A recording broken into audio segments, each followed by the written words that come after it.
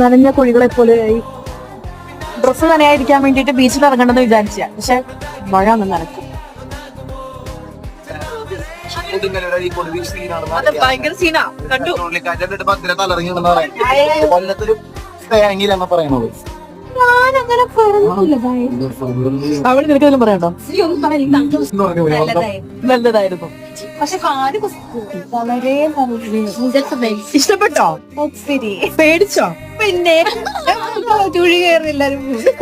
എല്ലാവർക്കും നല്ല നല്ല അഭിപ്രായങ്ങൾ മാത്രം.